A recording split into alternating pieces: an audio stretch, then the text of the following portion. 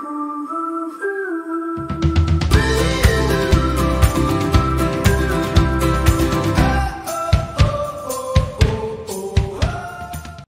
pengantar ilmu hukum topik ke-35. Hukum agraria. Disediakan oleh Global Tutorial.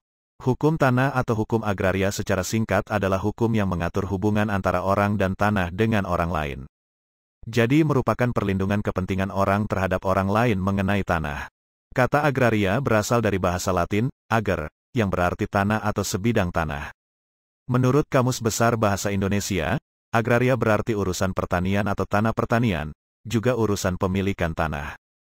Agrarian laws dalam Black's Law Dictionary seringkali digunakan untuk menunjuk kepada perangkat peraturan-peraturan hukum yang bertujuan melakukan pembagian tanah-tanah yang luas dalam rangka lebih meratakan penguasaan dan pemilikannya.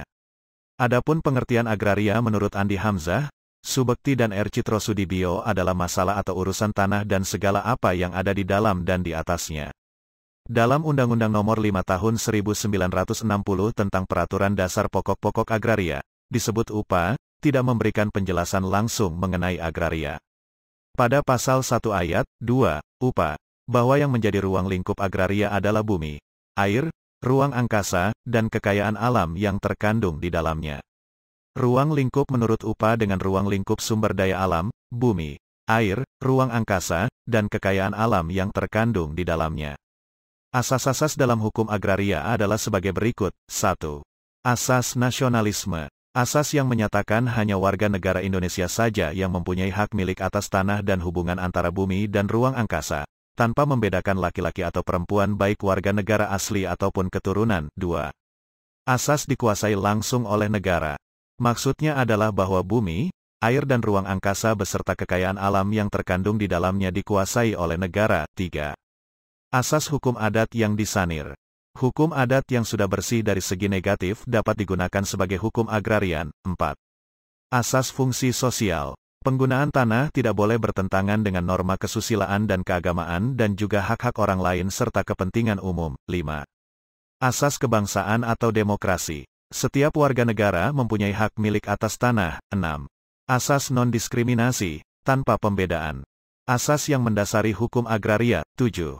Asas gotong royong. Segala usaha bersama berdasarkan kepentingan bersama dalam rangka mewujudkan kepentingan nasional dalam bentuk gotong royong. 8. Asas unifikasi. Hukum agraria disatukan menjadi satu undang-undang yang berlaku bagi seluruh warga negara Indonesia. 9. Asas pemisahan horizontal. Ada pemisahan hak kepemilikan antara pemilik tanah dengan benda dan bangunan yang ada di atasnya, dengan pemakaian sebutan agraria dalam arti yang demikian luasnya. Maka dalam pengertian UPA, hukum agraria bukan hanya merupakan satu perangkat bidang hukum. Hukum agraria merupakan suatu kelompok berbagai bidang hukum, yang masing-masing mengatur tentang hak-hak penguasaan atas sumber-sumber daya alam tertentu yang termasuk dalam pengertian agraria yang terdiri atas hukum tanah, hukum air, hukum pertambangan, hukum perikanan, serta hukum penguasaan atas tenaga dan unsur-unsur dalam ruang angkasa. Hukum agraria berkembang sesuai perjalanan sejarahnya. Sejarah merupakan bukti dari sebuah perkembangan karena yang terjadi pada masa kini merupakan hasil dari yang telah dilalui pada masa lalu. Begitupun dengan hukum agraria, pengaturan yang ada saat ini merupakan hasil dari sejarah perubahan-perubahan pengaturannya. Hampir semua unsur dalam kehidupan hukum negara ini merupakan hasil dari akulturasi budaya dan kebiasaan yang dibawa oleh bangsa-bangsa lain yang pernah masuk dan mendirikan pemerintahan di Indonesia. Pengaturan agraria sendiri telah melewati beberapa periode yang memberi pengaruh sangat besar pada ketentuan hukum agraria yang ada saat ini. Hukum agraria menurut Budi Harsono adalah keseluruhan kaidah-kaidah hukum, baik itu tertulis maupun tidak tertulis yang mengatur mengenai agraria. Agraria ini meliputi bumi, air dan kekayaan alam yang terkandung di dalamnya bahkan dalam batas-batas yang ditentukan, serta mengenai ruang angkasa. Menurut Utrecht, hukum agraria dan hukum tanah menjadi bagian dari hukum tata usaha negara atau hukum administrasi negara, yaitu hukum yang menguji hubungan-hubungan hukum istimewa yang diadakan untuk memungkinkan pejabat atau petugas mengurus soal-soal agraria. Lemaire mengemukakan bahwa hukum agraria mengandung bagian-bagian dari hukum privat di samping bagian-bagian dari hukum tata negara dan administrasi negara, sebagai satu kelompok yang bulat. Pengertian agraria dalam arti sempit sehingga agraria diartikan sebagai pertanahan, yang mencakup permukaan bumi yang ada di daratan dan permukaan bumi yang berada di bawah air, termasuk air laut. Dengan pemakaian sebutan agraria dalam arti luas, maka dalam pengertian UPA, hukum agraria merupakan suatu kelompok berbagai bidang hukum, yang masing-masing mengatur hak-hak penguasaan atas sumber-sumber daya alam tertentu yang termasuk pengertian agraria. Dalam sejarahnya, pengaturan agraria yang sangat erat dengan urusan pertanahan ini mengalami perkembangan yang diawali dengan pengaturan buatan penjajah yang menguasai sebagian besar wilayah tanah Indonesia, pra-kemerdekaan, serta terus berkembang seiring bangsa Indonesia bebas dari penjajahan dan mulai membuat sendiri hukum agrarianya, pasca kemerdekaan. Perkembangan hukum agraria sudah dimulai sejak zaman kerajaan, di mana tanah bukanlah benda yang diperdagangkan karena masih melimpahnya tanah-tanah yang belum dimiliki. Masyarakat pada masa kerajaan menjalani kehidupannya berdasarkan ketentuan raja. Sebagai pemimpin tertinggi dalam sebuah wilayah, raja berdaulat penuh atas semua hal yang ada dalam wilayah yuridiksinya. Begitupun dalam pengurusan tanah, raja telah menentukan batas dan bagian masing-masing bagi rakyatnya. Pola pembagian wilayah yang menonjol pada masa awal-awal kerajaan di Jawa adalah berupa pembagian tanah ke dalam beragam penguasaan atau pengawasan, yang diberikan ke tangan pejabat-pejabat yang ditunjuk oleh raja atau yang berwenang di istana. Masa kejayaan kerajaan-kerajaan mulai terganggu oleh bangsa Belanda yang berdatangan ke Indonesia sekitar abad 17 dengan alasan untuk berdagang dan mengembangkan perusahaan dagangnya. Sejarah hukum agraria kolonial pun diawali oleh perkumpulan dagang yang disebut Verenigde Oost-Indische Compagnie, VOC, antara tahun 1602 sampai tahun 1799. Mereka diberikan hak untuk berdagang sendiri di Indonesia dari pemerintah negeri Belanda, yang sejak tahun 1602 itu VOC mendapat hak untuk mendirikan benteng-benteng serta membuat perjanjian dengan raja-raja Indonesia. VOC mulai menaklukkan kerajaan-kerajaan kecil dengan cara mengharuskan menandatangani perjanjian bahwa mereka raja dan rakyatnya harus tunduk dan patuh kepada VOC dengan sistem perdagangan verpelite levrantik dan kontingenten, yaitu menyerahkan hasil bumi dengan harga yang sudah dipatok atau ditentukan dan hasil bumi yang diserahkan dipandang sebagai pajak tanah. Kemudian hukum perdata Belanda, Burgerlijk Wetboek, mulai diberlakukan untuk seluruh wilayah kekuasaan VOC. Penekanan praktek penegakannya adalah pada perolehan tanah untuk hubungan keagrariaan bagi pengumpulan hasil bumi untuk dijual di pasaran Eropa. Dengan hukum barat itu, maka hak-hak tanah yang dipegang oleh rakyat dan raja-raja Indonesia tidak dipedulikan. Namun rakyat Indonesia masih dibiarkan untuk hidup menurut hukum adat dan kebiasaannya. Seluruh lahan di daerah kerajaan yang berada di bawah kekuasaan VOC itu diklaim menjadi milik VOC sehingga bebas digunakan, termasuk untuk dijual kepada pihak lain selain masyarakat Indonesia. Salah satu bentuk kegiatan penjualan tanah itu dilakukan melalui lembaga tanah partikelir sejak tahun 1621, dengan dominasi pembeli dari pedagang kaya Arab dan Cina. Namun tidak ada surat bukti jual beli karena pada masa itu belum ada pejabat notaris. Tanah partikelir itu dicatat dalam catatan eigendom milik Belanda. Situasi tersebut berjalan cukup lama, sehingga membuat rakyat Indonesia kehilangan hak-haknya sendiri atas tanah dan semakin miskin karena eksploitasi VOC terhadap hasil pertanian rakyat. Pada tahun 1799, VOC terpaksa dibubarkan karena kerap kali berperang, kas kosong dan banyak hutang, serta banyak pesaing dari Inggris dan Perancis.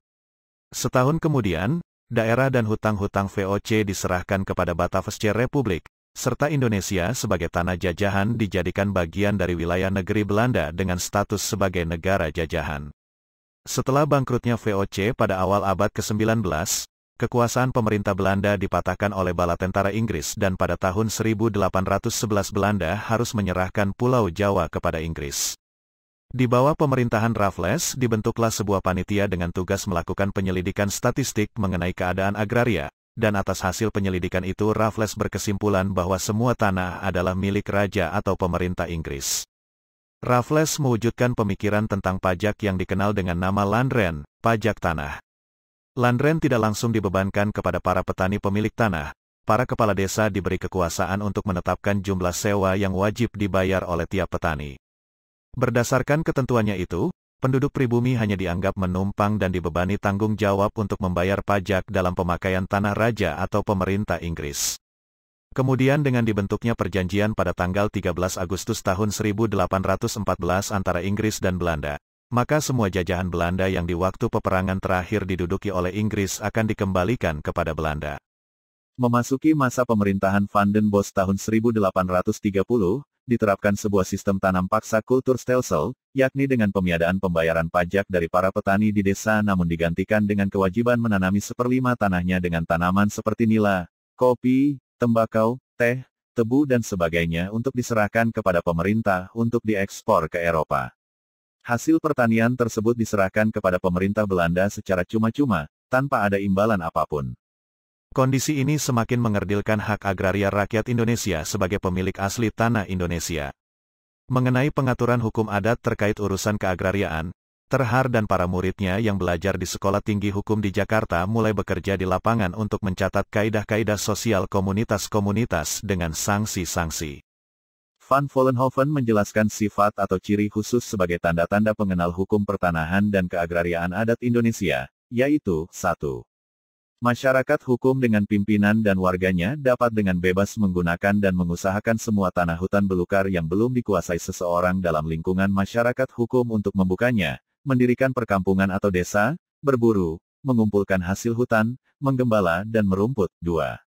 Orang asing hanya dapat melakukan hal-hal yang disebutkan sebelumnya setelah mendapatkan izin dari masyarakat hukum, karena setiap pelanggarannya dinyatakan sebagai suatu pelanggaran adat yang disebut maling hutan. 3. Setiap orang asing, tetapi kadang-kadang terhadap warga masyarakat hukum pun, diharuskan membayarkan uang pemasukan, untuk dapat memungut dan menikmati hasil tanah dalam lingkungan masyarakat hukum adat. 4. Masyarakat hukum adat bertanggung jawab atas setiap pelanggaran hukum yang terjadi dalam wilayah masyarakat hukum adat. 5. Masyarakat hukum adat tetap berhak menguasai dan mengawasi tanah-tanah pertanian dalam lingkungan masyarakat hukumnya. Dan 6.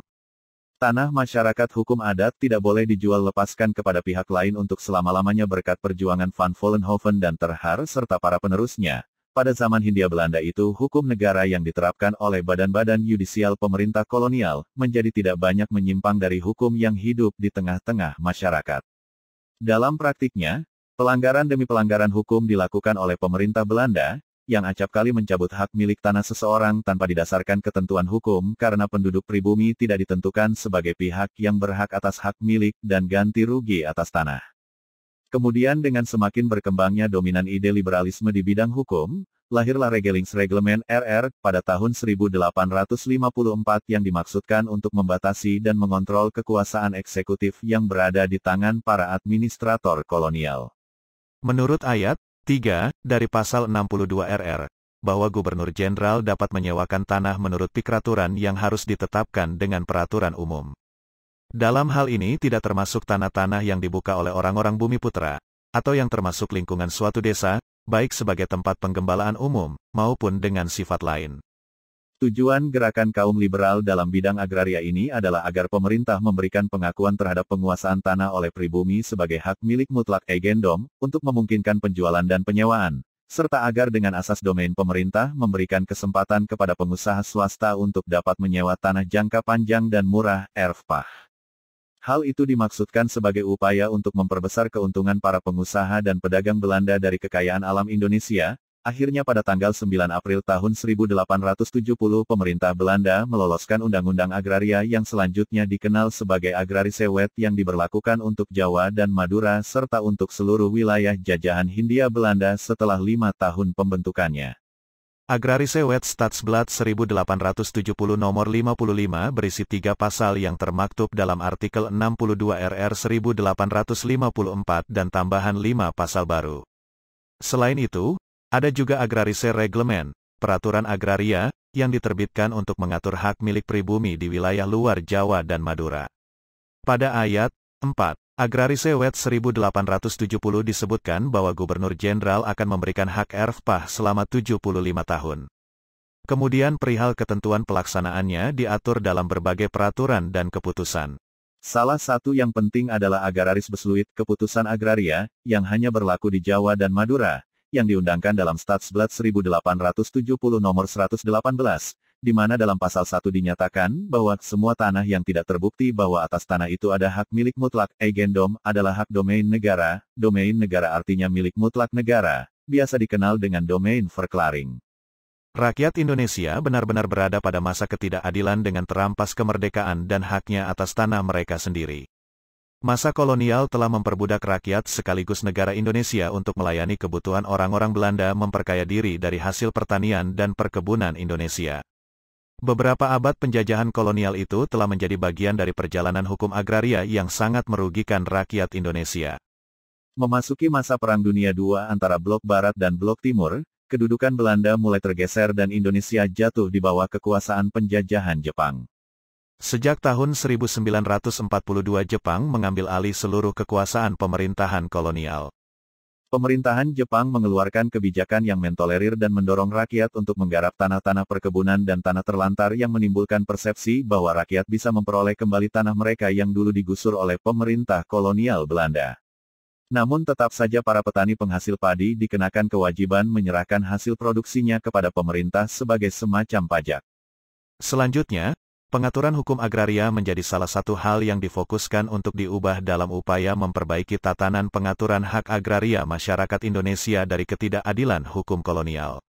Beberapa peraturan yang dihasilkan antara lain Undang-Undang Nomor 28 Tahun 1956 tentang pengawasan terhadap pemindahan hak atas tanah-tanah perkebunan, Undang-Undang Nomor 29 Tahun 1956 tentang peraturan-peraturan dan tindakan-tindakan mengenai tanah-tanah perkebunan, Undang-Undang Nomor 1 Tahun 1958 tentang penghapusan tanah-tanah partikelir, dan Undang-Undang Nomor 7 Tahun 1958 tentang peralihan tugas dan wewenang agraria.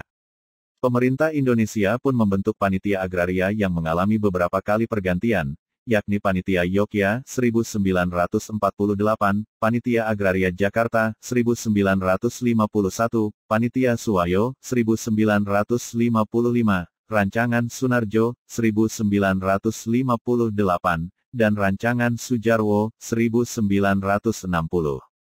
Pembentukan panitia tersebut diusung untuk menghasilkan sebuah hukum agraria yang berjiwa keindonesiaan.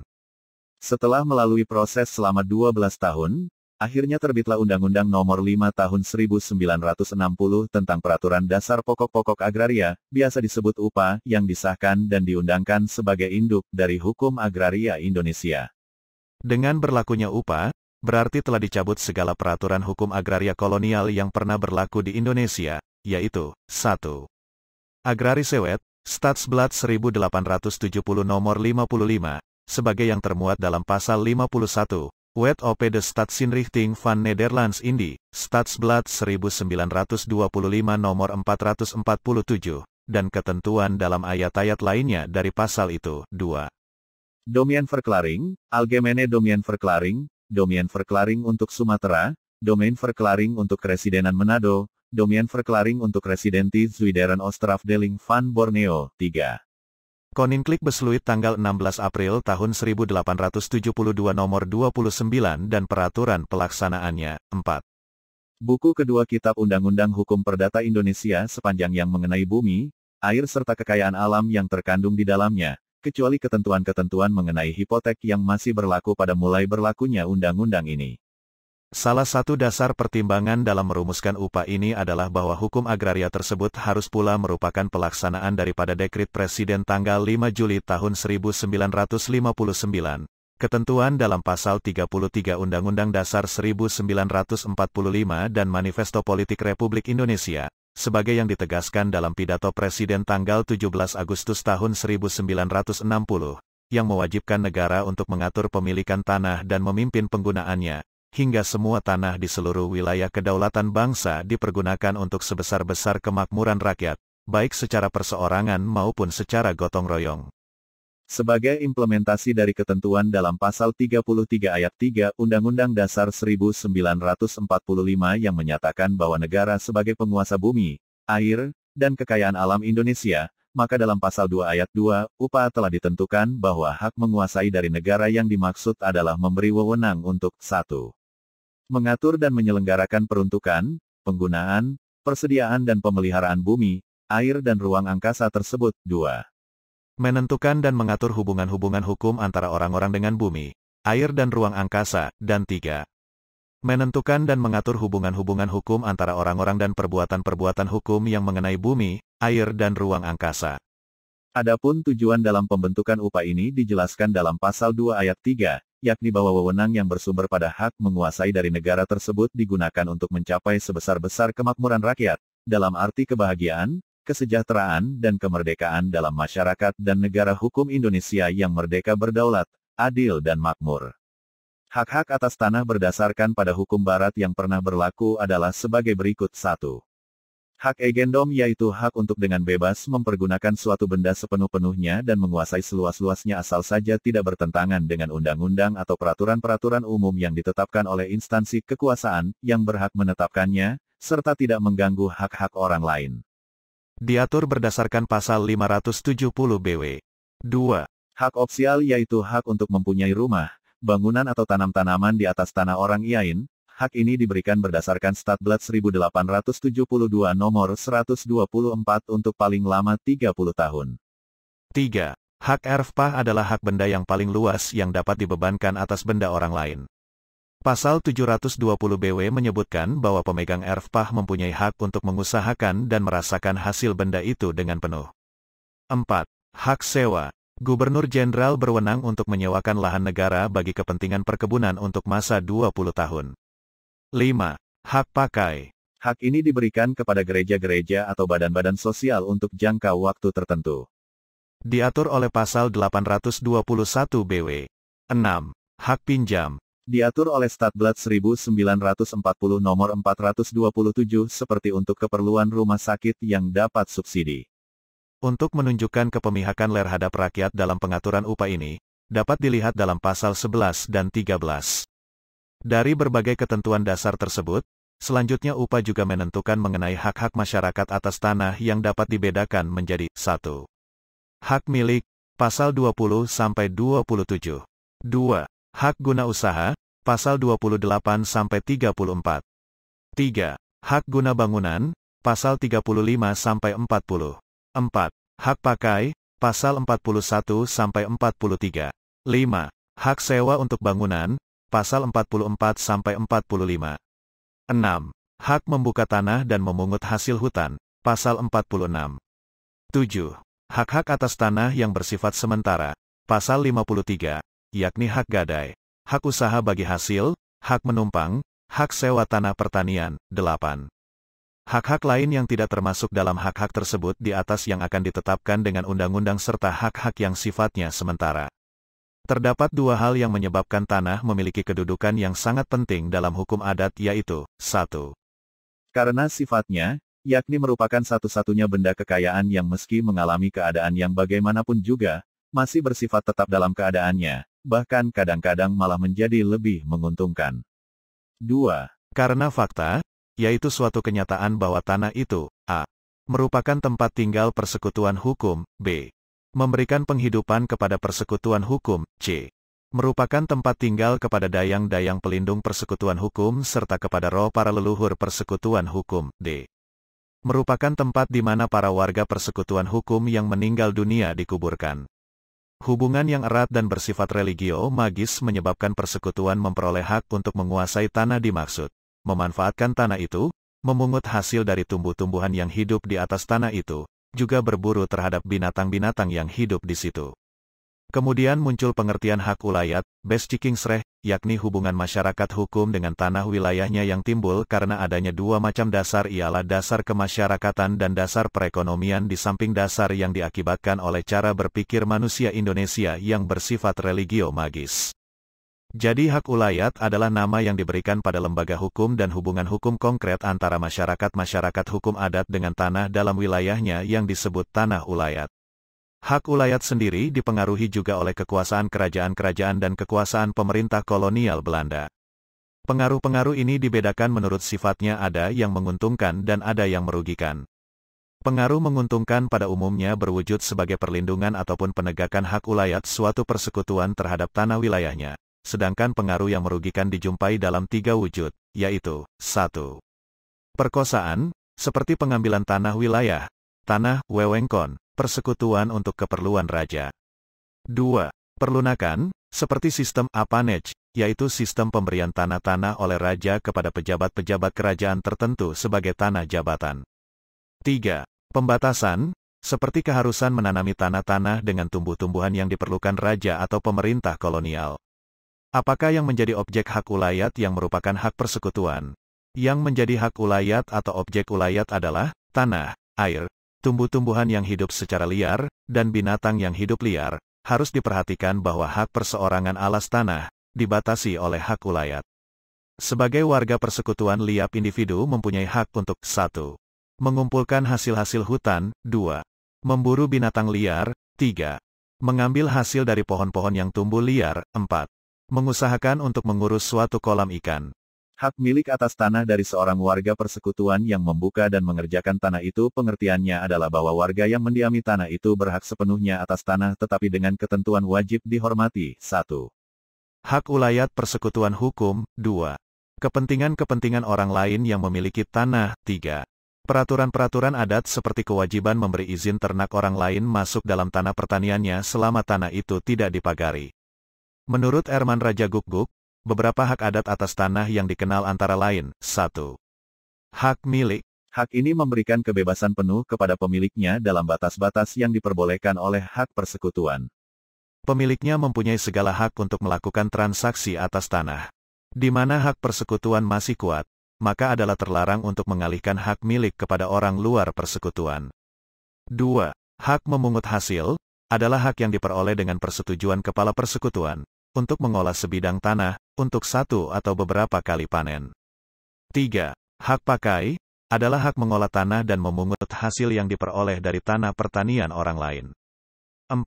Hak gadai dan hak sewa. Demikianlah materi topik ke-35 tutorial pengantar ilmu hukum. Channel Global Tutorial dipastikan sangat bermanfaat bagi siapa saja yang ingin menambah wawasan, termasuk mahasiswa perguruan tinggi negeri dan swasta manapun di Indonesia. Video tutorial juga dituturkan dan disubtitelkan agar dapat ditonton, dibaca sambil didengarkan. Jangan khawatir jika belum langsung paham. Untuk pemahaman yang lebih baik, putar dan dengarkan video ini berulang-ulang. Subscribe dan like, agar Anda mendapatkan update tutorial lainnya. Bagikan juga link video ini, agar teman lain juga mendapatkan manfaat channel ini. Sekian dan terima kasih. Sampai jumpa.